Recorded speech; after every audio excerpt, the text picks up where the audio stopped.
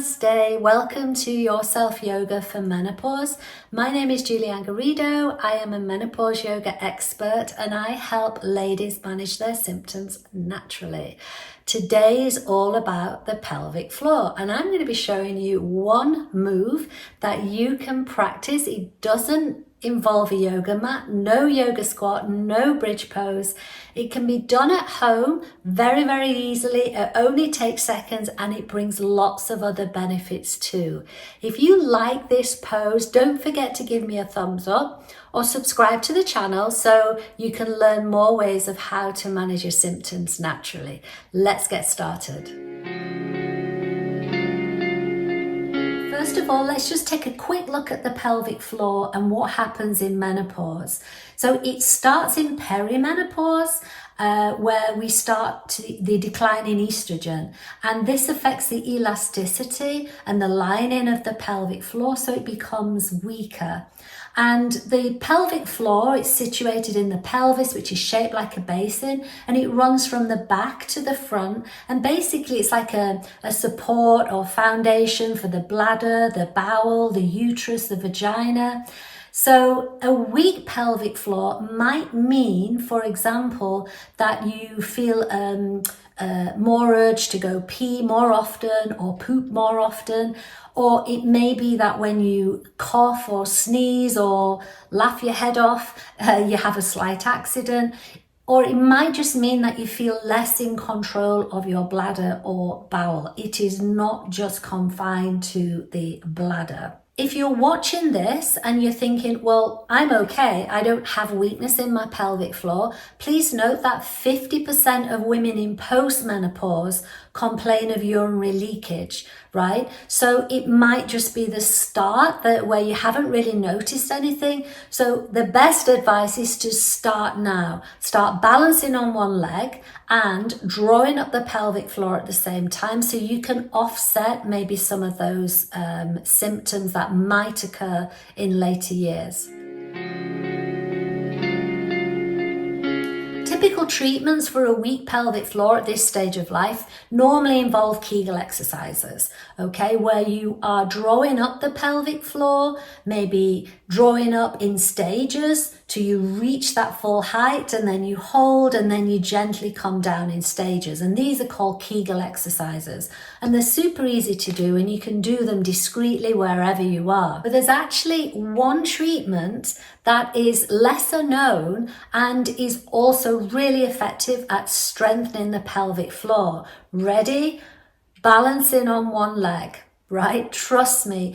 The pelvic floor actually has an involuntary action and it helps support our balance. So unknown to you, if you're about to trip and fall, our pelvic floor is activated to try and keep us upright, and it's activated in all manner of movements, so walking and so on, but it just needs that little extra lift to give it further strengthening and structure. And research has shown that those ladies who suffer with urinary stress incontinence actually have very poor balance. So it all makes sense. Balancing on one leg, right? And drawing up the pelvic floor is an amazing way to tone all the muscles around the pelvic floor. So what's the best way to do this, right? Just simply standing on one leg, like doing maybe the flamingo test, which is a timed assessment of balance. And for menopausal women, we should be aiming for around 37 to 40 seconds, preferably more, where you stand on one leg with your hands on your hips, so you're not holding on to anything, and you time yourself. Now, at the same time that you are standing on one leg, you are activating the pelvic floor, but by then introducing that Kegel movement where you're drawing up the pelvic floor, it acts like a zipper, pulling everything up and in, and really is a great effective way to tone those muscles. But guess what? You're not just strengthening the pelvic floor muscles, you're also in the standing leg, you're strengthening the hip joint, the knee joint, and the ankle joint. Okay, so you're also recalibrating your center of gravity and bringing the body back into equilibrium, back into balance. So there's so many benefits from standing on one leg, not only for the pelvic floor, but also for our joints and muscles in the legs. So here are 5 tips to help you get the most from this. So number 1, try to practice daily, at least once a day, to get the benefit from doing this. And remember, it's not just the pelvic floor, but you are really, really helping your pelvic floor whilst you are balancing. Number 2, try habit stacking. So habit stacking is where you already have one habit, so add another one on, and the chances are you will do it because you're already doing the first one. So I suggest maybe brushing your teeth, waiting for the kettle to boil, stand on one leg and keep switching legs. Number 3, try to lengthen the time that you spend on each leg. As I say, minimum of 37 seconds, but the longer, the better.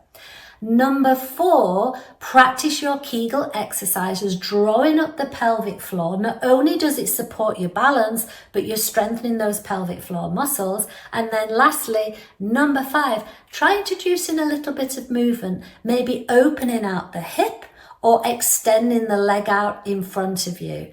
Ooh, and it burns those joints, trust me. If you want more information on the flamingo test, what else this simple balance test helps, which symptoms, and to know how long you should be doing it for your age group, watch the next video.